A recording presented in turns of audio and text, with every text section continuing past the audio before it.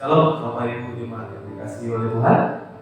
Kita jumpa lagi di ibadah keluarga Rabu 28 April 2021. Kita akan mulai ibadah kita. Saya undang Bapak Ibu semua untuk berdiri, kita ambil saat teduh sejenak.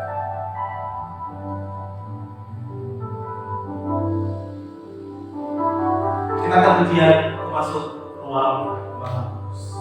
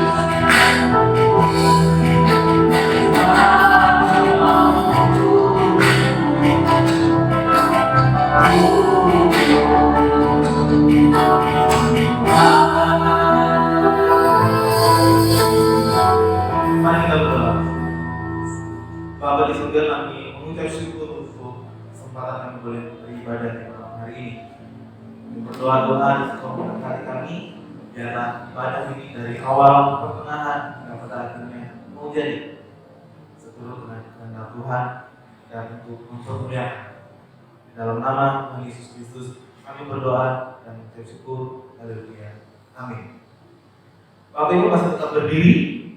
Kita akan mempersiapkan hati kita untuk mendengarkan firman Tuhan yang akan dibawakan oleh Bapak Penatua Hakim Pemila STH. Kita akan melihat rohmu yang hidup penuh hidup. mengalir dalam.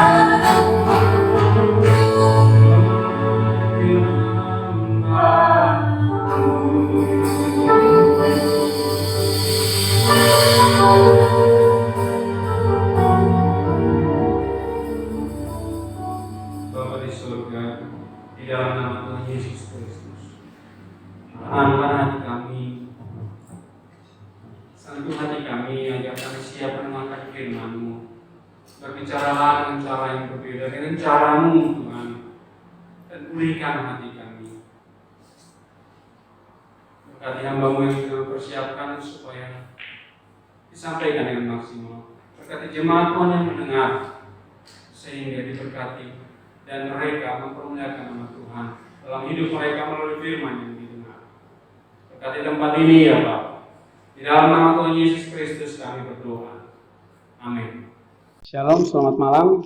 Puji Tuhan, kita berkesempatan untuk beribadah, mendengarkan firman Tuhan pada malam hari ini. Firman Tuhan pada malam hari ini diambil dari Matius pasal 5 ayat 13 sampai yang ke-16. Matius 5 ayat 13 sampai 16 saya bacakan bagi kita semua. Kamu adalah garam dunia. Jika garam itu menjadi tawar, dengan apakah ia diasinkan? Tidak ada lagi gunanya selain dibuang dan diinjak orang. Kamu adalah terang dunia, kota yang terletak di atas gunung tidak mungkin tersembunyi.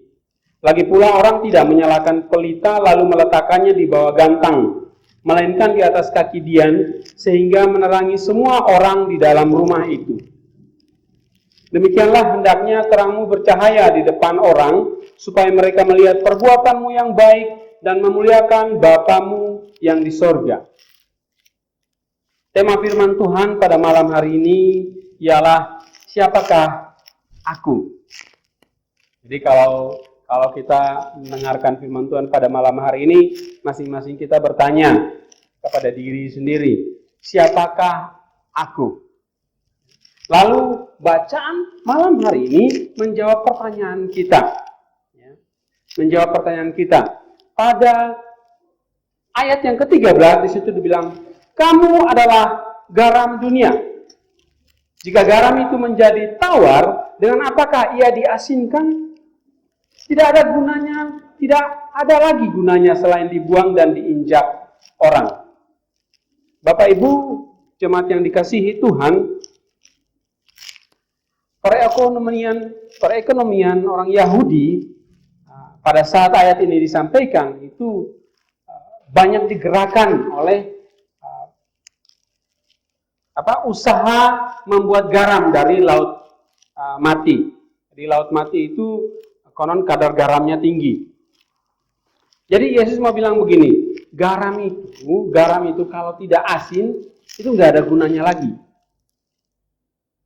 Jadi Yesus bilang, kamu pengikut-pengikutnya adalah garam dunia. Jadi kalau kita itu tidak asin, kita tidak ada gunanya terhadap dunia. Dan kasihan dunia itu. Dunia membutuhkan kita. Dunia yang tawar akan kasih Tuhan. Dunia yang tawar akan pengharapan, akan iman. Membutuhkan kita. Membutuhkan kita. Karena itu Yesus bilang, kamu adalah garam dunia. Lalu pertanyaan, siapakah aku? Yesus jawab sekali lagi pada ayat yang ke-14.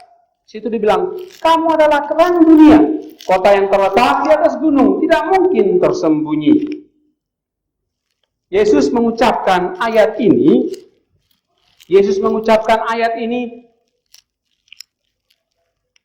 berhubungan dengan Yohanes pasal 8 ayat 12. Di situ dia bilang, maka Yesus berkata pula kepada orang banyak, katanya, akulah terang dunia. Barang siapa mengikut aku, ia tidak akan berjalan dalam kegelapan, melainkan ia akan mempunyai terang. Pada Yohanes pasal 9 ayat 5, selama aku di dalam dunia, akulah terang dunia. Jadi kalau kita pengikut Yesus berkata, kamulah terang dunia. Artinya apa? Dunia dalam kegelapan. Dunia dalam kegelapan dan dunia membutuhkan terang. Kita harus menjadi terang dunia. Kita harus menjadi terang dunia. Jadi, sebelum dilanjutkan ini kita ingat dulu status kita. Status kita. Kita itu pengikut Kristus itu apa sih? Kristen itu apa sih itu? Kristen itu garam dunia. Yang pertama, yang kedua, terang dunia. Ingat ini ya. Garam dunia, terang dunia. Malam ini kita bertanya, siapa aku? Lalu Alkitab menjawab, kamu garam dunia, kamu terang dunia. Nah, pada bagian berikutnya kita perlu bertanya. Kalau kita adalah garam dunia, kalau kita adalah terang dunia, apa tugas kita? Garam tentunya mengasinkan, terang tentunya menerangi kegelapan. Ya. Tapi mari kita lihat pada ayat yang ke-15. Di situ dibilang, lagi pula orang tidak menyalakan pelita, lalu meletakkannya di bawah gantang, melainkan di atas kaki dian, sehingga menerangi semua orang di dalam rumah itu. Bapak, Ibu, saudara-saudari jemaat yang dikasihi Tuhan. Tuhan tidak menciptakan kita sebagai terang, supaya kita berdiam atau tersembunyi di bawah tutup, sehingga terang itu tidak bercahaya kepada dunia sekitar. Itu bukan tujuan kita diciptakan. Kita diciptakan untuk menerangi dunia. Nah, kalau sampai pada saat ini hidup kita tidak bisa menjadi garam bagi dunia, tidak bisa menerangi dunia. Itu apa penyebabnya? Apa penyebabnya? Satu penyebab yang paling mendasar, ialah karena kita lupa siapa kita. Itu kenapa kita kembali kepada pertanyaan awal, siapa aku? Kalau kita bertanya ya, siapa aku? Aku mahasiswa. Berarti tugasku apa? Belajar. Bukan ngalor ngidul. Orang Jawa bilang ngalor ngidul, itu utara selatan gak jelas. Ya. Siapa aku? Aku adalah suami. Hiduplah sebagai suami. Siapa aku? Aku adalah polisi. Hiduplah sebagai polisi. Tegakkan hukum. Jangan justru pungli di mana-mana.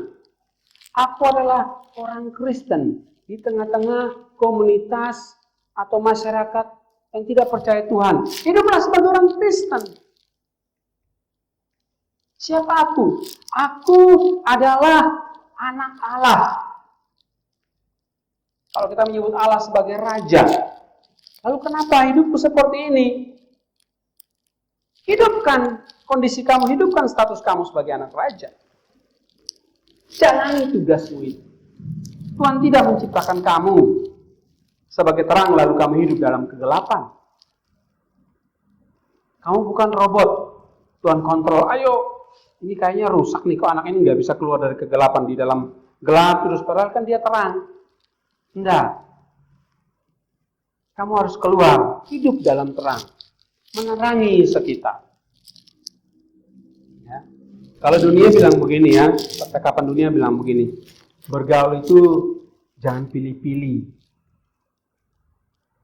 Ya, jangan pilih-pilih. Itu perkataan dunia, bukan perkataan Kristen. Alkitab bilang apa? Pergaulan yang buruk merusak karakter yang baik. Artinya apa? Bergaul pilih-pilih. Kita anak Tuhan tapi hidup tidak sesuai firman Tuhan. Akhirnya kecebur di dalam dosa perangkap yang salah. Alkitab bilang, jangan menjadi pasangan yang tidak seimbang dengan orang percaya. Karena kita tidak tahu Alkitab ada bilang seperti itu. Kita tidak tahu ayat itu. Makanya kita bergaul dengan orang sembarangan iman. Sehingga kita hidup dalam kegelapan. Ingat siapa kita. Hidup seperti status kita. Ya, zaman sekarang orang, kalau kita buka Facebook itu langsung ada tulisan ya. Apa yang kamu pikirkan? Jadi tulis status terkini, kesal sama si dia gitu. Nah, itu status kamu saat itu. Seharusnya status Kristen kamu apa? Saat ini apa? Kamu terang dunia, jadi terang dong, jangan hidup dalam kegelapan. Supaya kamu tidak gagal menjadi terang. Ingat status kamu, hidupi status kamu setiap hari. Lalu Matius 5 ayat 16 di situ dibilang, demikianlah hendaknya terangmu bercahaya di depan orang, supaya mereka melihat perbuatanmu yang baik dan memuliakan Bapamu yang di sorga. Di sini ada penjelasan singkat, memuliakan Bapamu yang di sorga. Berarti kita ini anak-anak Tuhan. Tujuan hidup kita sebagai anak Tuhan itu supaya kita orang lihat kita, Bapa disenangkan. Ya. Dulu saya masih SMA itu, saya pernah bikin kasus besar lah di Kupang waktu itu. Lalu orang mencibir orang tua saya. Lihat itu, si bapak ini sama ibu ini rajin berdoa, rajin pelayanan kemana-mana, tapi anaknya gitu. Jadi waktu itu saya dengar kata-kata, kamu telah mencoreng wajah orang tuamu, membuat malu. Nah, sebagai anak Tuhan, kita pun harusnya hidup itu buat Bapak kita bangga. Orang lain senang. Wih, bapaknya hebat. Tuhannya hebat gitu. Di situ dibilang gini, demikianlah hendaknya terangmu bercahaya depan orang supaya mereka melihat perbuatanmu yang baik dan memuliakan Bapamu di sorga. Sekali lagi, kenapa seringkali kita tidak bercahaya? Karena kita lupa diri, siapa kita. Kenapa seringkali orang tidak mempermuliakan nama Bapa di surga, sebaliknya mencibir, mengkritik kekristenan karena perbuatan kita. Karena kita lupa status kita lupa hidup. siapa kita tuh kita lupa. Di dalam Mazmur, Raja Daud bilang, walaupun beribu-ribu rebah di sisi kiri, berlaksa-laksa di sisi kanan, tapi aku tidak akan goyah. Artinya apa? Ketika kita di dunia, kita pertahankan status kita sebagai Kristen, sebagai anak Tuhan, sebagai terang, sebagai garam. Walaupun dunia mempengaruhi, kita tidak akan terpengaruh. Sebelah kiri, sebelah kanan semua punya gaya hidup, kita tidak akan terpengaruh. Gaya hidup kita satu, gaya hidup Tuhan. Nah, orang-orang yang hidup di dalam statusnya sebagai anak Tuhan, sebagai terang, mereka tidak khawatir dengan masalah penghidupan sehari-hari. Kalau kita baca di dalam pasal berikutnya, pasal 6, itu bagian akhir, itu Yesus bilang, cari dahulu kerajaan Allah dan kebenaran. Artinya, hidupi statusmu di dalam Tuhan.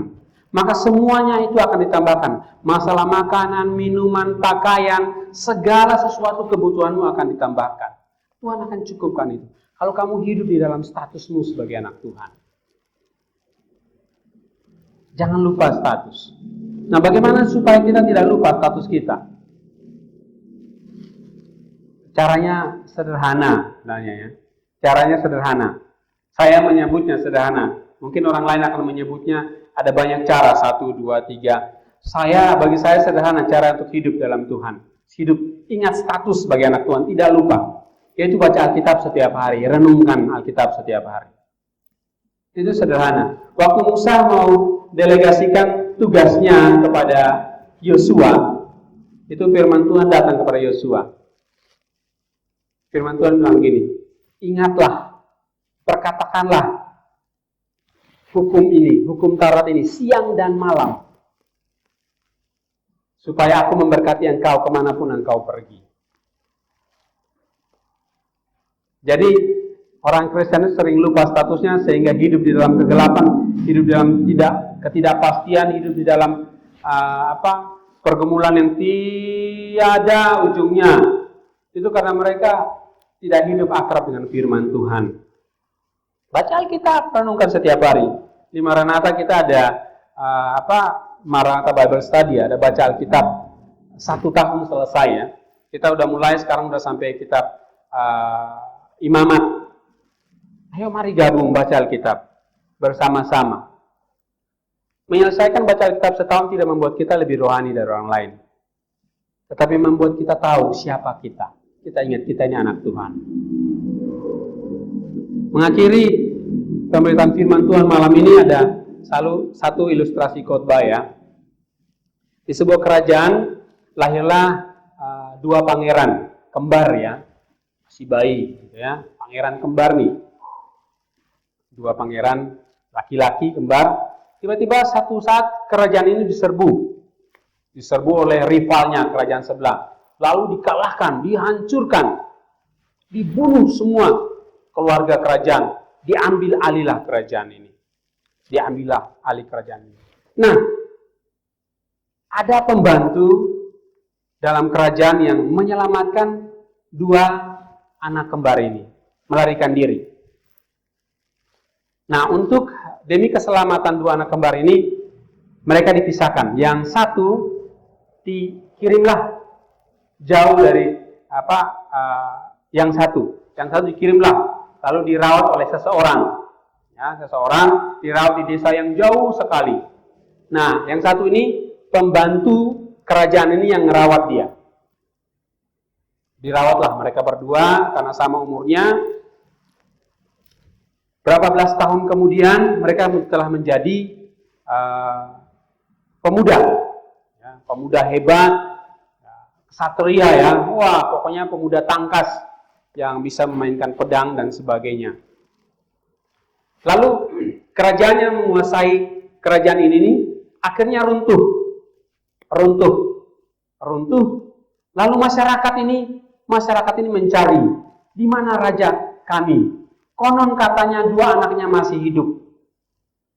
2 anaknya masih hidup. Wah, langsung rakyatnya cari di mana.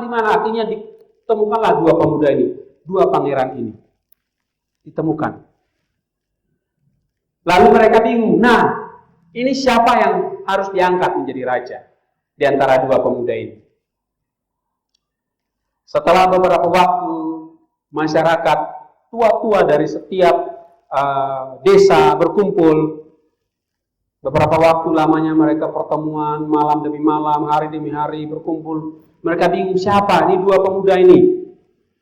Lalu akhirnya mereka ajaklah masuk di dalam pertemuan rapat para tua-tua. Diminta dua pemuda ini berbicara. Setelah dua pemuda ini berbicara, para tua-tua sepakat, langsung sepakat untuk memilih anak laki-laki yang diasuh oleh pembantu kerajaan tadi. Kenapa? Mereka langsung satu suara, tidak ada diskusi lagi. Setelah dua pemuda ini berbicara, diminta berbicara, mereka langsung sepakat memilih pemuda yang diasuh oleh pembantu kerajaan tadi. Mengapa? Jawabannya karena si pembantu kerajaan ini setiap hari selama 18 tahun setiap hari mengingatkan si anak bayi laki-laki ini sampai dia bertumbuh remaja muda, sampai dia berumur 18 tahun, mengingatkan dia bahwa kamu adalah anak raja. Kalau kamu tidak pernah baca Alkitab, bagaimana kamu sadar bahwa kamu anak raja, kamu anak Tuhan? Dunia akan dengan jelas tahu cara berpikir kamu, tutur kata kamu, itu bukan anak Kristen, bukan anak Tuhan. Kamu boleh berkuar-kuar, saya orang Kristen, saya anak Tuhan. Di gereja boleh hebat, tapi di luar orang lihat dunia, bukan Kristus hidup dalam kamu. Siapa aku? Tema malam ini. Yesus bilang, kamu adalah garam dunia. Kamu adalah terang dunia. Hiduplah sesuai fungsi kamu diciptakan. Jangan khawatir. Berkat Tuhan akan mengikuti kamu. Berkat Tuhan akan ikut kamu. Hidupi status kamu. Ketika dunia melihat mereka tidak ragu. Ini anak Tuhan. Ini anak Tuhan. Amin. Mari kita berdoa. Bapa di surga, di dalam nama Tuhan Yesus Kristus, kami bersyukur diingatkan bahwa kami adalah anak-anak-Mu, kami terang dunia, kami garam dunia. Tolong kami supaya hidup sesuai fungsi yang Tuhan inginkan bagi kami. Malam hari ini kami datang, kami menaikkan doa syafaat kami ya Tuhan. Kami berdoa untuk Indonesia, Tuhan memberkati. Saat ini sedang berjuang untuk menemukan kapal KRI Nanggala yang kapal selam yang masih hilang. Tuhan menolong supaya cepat ditemu. Kami berdoa buat pemerintah baik pusat maupun daerah bekerja sama menanggulangi penyebaran COVID-19. Tuhan tolong juga bahaya krisis ekonomi juga Tuhan tolong sehingga bisa diatasi dengan baik. Kami berdoa buat gereja Kristen Ekumene Jemaat Maranatha. Tuhan memberkati kami dalam tugas-tugas pelayanan kami, baik sebagai majelis. Tuhan menolong agar kami dapat melaksanakan tugas kami dengan baik. Setiap komisi, pengurus-pengurus maupun anggota, Tuhan memberkati agar kami dapat melaksanakan tugas-tugas setiap program dengan baik. Berdoa buat para pelayan di GKI Maranatha ini. Tuhan berikan kesehatan, jauhkan dari bahaya penyebaran COVID. Juga berdoa bagi jemaat, Tuhan juga memberkati, jauhkan dari bahaya penyebaran COVID. Berikan kami hikmat untuk hidup bijaksana menerapkan protokol kesehatan, sehingga kami semua hidup sehat dan dapat melewati masa pandemi ini sampai selesai. Kami berdoa ya Tuhan buat jemaat yang membutuhkan pekerjaan. Kami mohon Tuhan memberkati, buka jalan, berikan pekerjaan yang tepat agar melaluinya mereka dapat memuliakan nama Tuhan. Kami berdoa buat jemaat yang sedang bergumul mencari pasangan hidup. Kami mohon Tuhan memberkati, berikan pasangan hidup yang tepat, sehingga mereka bersama-sama mengiring Tuhan, melayani Tuhan sampai akhir hidup mereka.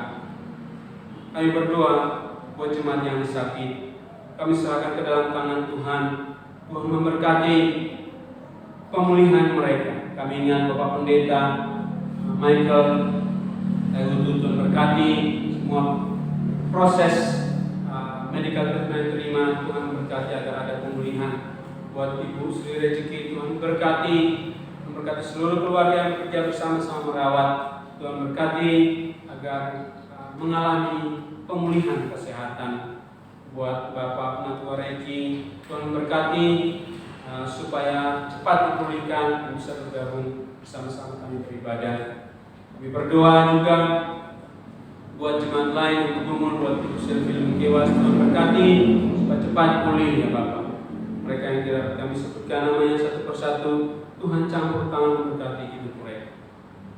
Terima kasih ya Bapak di surga. Terima kasih. Kami berdoa bersama-sama buat saudara-saudara kami yang menghadapi bencana di daerah NTT. Tuhan berkati supaya cepat dipulihkan. Semua bantuan yang sedang digalang di seluruh Indonesia supaya dapat disalurkan dengan baik. Baik di tengah-tengah jemaat ini yang sedang menggalang bantuan juga, Tuhan berkati agar terkumpul bantuan dana yang cukup untuk dikirimkan ke NTT. Tuhan berkati semua operasional pengiriman dan penyaluran nanti. Terima kasih di surga ya. Terima kasih Bapak di surga. Kami berdoa untuk rencana acara ujian penyembahan dan doa pada hari Sabtu nanti tanggal 1 Mei. Tuhan campur tangan semua persiapan supaya dapat dilakukan dengan baik dan acara dapat berlangsung dengan baik. Terima kasih program-program pelayanan yang sedang dikerjakan. Tuhan memberkati supaya berlangsung dengan baik. Program baca kitab setahun Tuhan berkati. Program diakonia untuk kunjungan lansia dan jemaat Tuhan memberkati. Baik komisi sekolah minggu, komisi pemuda, komisi bapak, komisi ibu, Tuhan memberkati semuanya. Saya berdoa buat komisi IT dan multimedia yang sedang bekerja, memulai pelayanannya di tengah-tengah jemaat ini. Tuhan berkati, Tuhan hikmat, berikan semangat kepada mereka semua agar dapat bekerja yang baik, menghasilkan produk-produk pelayanan yang mempermuliakan Bapa di surga. Terima kasih Tuhan, terima kasih. Ini doa dan harapan kami. Kami bersyukur Tuhan mendengar doa kami dan akan menjawab sesuai dengan waktu ya Bapa. Apa-apa yang belum kami sampaikan, kami percayakan ke dalam tangan Tuhan. Ajar kami untuk selalu bergantung harap kepada Tuhan. Di dalam nama Tuhan Yesus Kristus yang sudah mengajari kami berdoa, Bapa kami yang di surga, dikuduskanlah nama-Mu, datanglah kerajaan-Mu, jadilah kehendak-Mu di bumi seperti di surga. Berikanlah kami pada hari ini makanan kami yang secukupnya. Ampunilah kesalahan kami, seperti kami juga mengampuni orang yang bersalah kepada kami. Jangan bawa kami dalam pencobaan, lepaskan kami daripada yang jahat. Karena Engkau yang punya kerajaan, kuasa dan kemuliaan sampai selama-lamanya. Amin. Mari kita naikkan pujian, naikkan syukur dulu. Kasih yang begitu besar, lebih kuat dari dosa. Kasih yang menemukan aku dan kamu, yang menyelamatkan dan memulihkan hidup kita.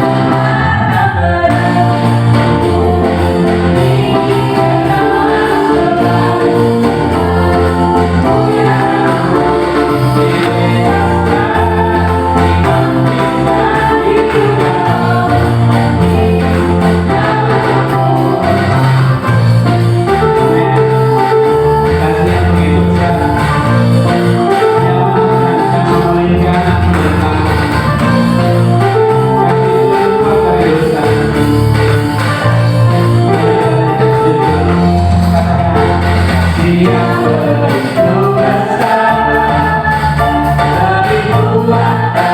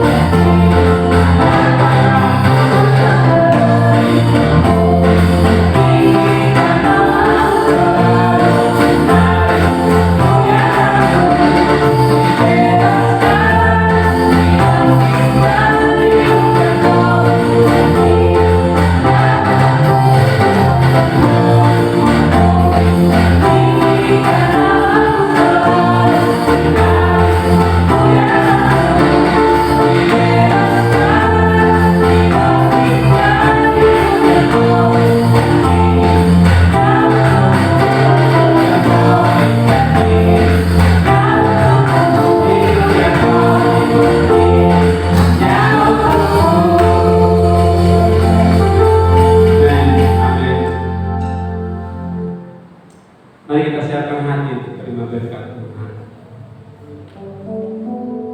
Damai sejahtera Allah yang melampaui akal dan pikiran manusia di dalam Yesus Kristus dan persekutuan dengan Roh Kudus menyertai saudara sekalian mulai dari saat ini sampai selama-lamanya. Amin. Kami memuji kebesaran